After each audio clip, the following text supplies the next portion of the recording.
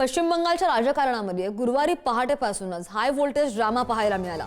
कारण की ईडीनं कोळसा तस्करी आणि मनी लॉन्ड्रिंग प्रकरणी राजकीय सल्लागार संस्था आयपॅकचं कार्यालय आणि सीईओ प्रतीक जैन यांच्या घरावर धाडी टाकल्या आणि या कारवाईमुळे संतप्त झालेल्या मुख्यमंत्री ममता बॅनर्जी यांनी सर्व प्रोटोकॉल बाजूला सारत थेट प्रतीक जैन यांच्या निवासस्थानी धाव घेतली। सुमारे 20 ते 25 मिनिटं आत थांबल्यानंतर ममता बॅनर्जी बाहेर पडल्या आणि तेव्हा त्यांच्या हातामध्ये एक ग्रीन फोल्डर आणि काही कागदपत्रही होती।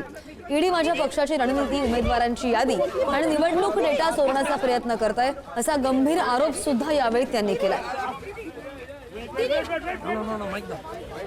आणि ही ती दृश्य आहे जेव्हा ममता बॅनर्जी तिथे दाखल झाल्या। प्रतीक जैन यांच्या घरावर ईडीने छापे टाकलेत आणि त्यावरून हा सगळा वाद पाहायला मिळतोय।